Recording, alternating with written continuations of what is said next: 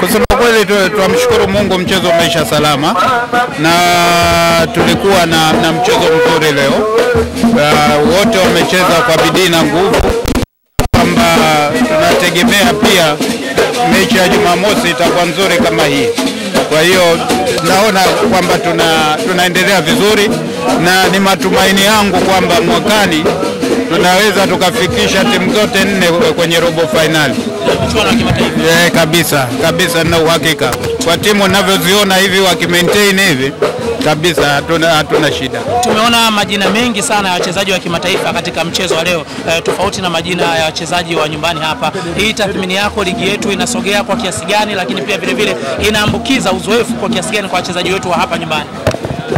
Mimi naamini kabisa kwamba ukiwa unacheza na mtu aliyekuzidi inakupa nguvu wewe kucheza zaidi na upambane ili uweze kumweka benchi na wewe. Kwa hiyo mimi sioni kama ni mbaya.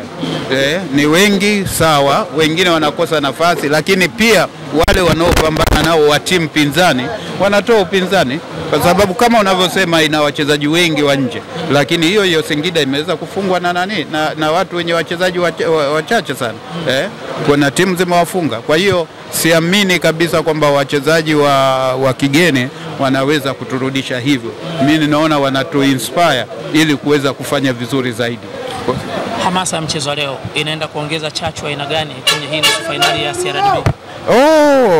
Hamasa hii nategemea mechi hiyo ya CRDB itakuwa mechi nzuri zaidi kushinda hii.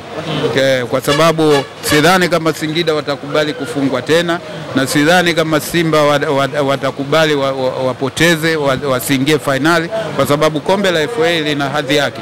Kwa hiyo ni mategemeo yangu makubwa kwamba mechi ya Singida na Simba itakuwa ni mechi nzuri zaidi ya hii.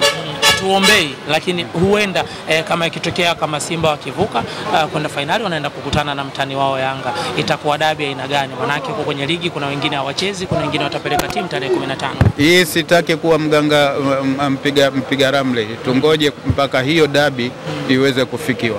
Lakini shauku yako kwenye ligi unatamani watoto wa Kariakoo wakutane? Hapana, mimi unavyojua ni mwenyekiti wa timu zote. Kwa hiyo yoyote anayeingia finali ni shauku yangu kubwa. Kwa hiyo usiseme kwamba lazima hii finali wacheze Yanga na Simba, hapana. Yoyote atakayeingia, mimi hizi zote ni timu zangu. Lakini kwenye ligi matamanio yako, na unaamini tarehe 15 dabi ipo? Sisi tumeshapanga tarehe. Basi tusubiri. Wapo waliotengeneza mpaka jezi wakaprint kwamba hawaji. Ni mapenzi yao, wala sisi hatuna nguvu ya kuwazuia wasiandike kwenye jezi zao. Waandike tu, sisi tumeshatoa tarehe basi. Lakini kimataifa unaona hizi kauli zinavyoenea, tucheze hatuchezi, pengine huenda ikaleta picha gani katika soko letu la mimi sioni kama kuna shida yoyote. Mimi sione kama kuna shida yoyote, kwa sababu tunaamini kwamba tunakwenda kwa utaratibu ambao tumejipangia, tunaenda kwa kanuni tulizojipangia. Kwa hiyo sioni shida yoyote. Ni muhimu kuheshimu kanuni. Ni muhimu kuheshimu kanuni kama unavyosema.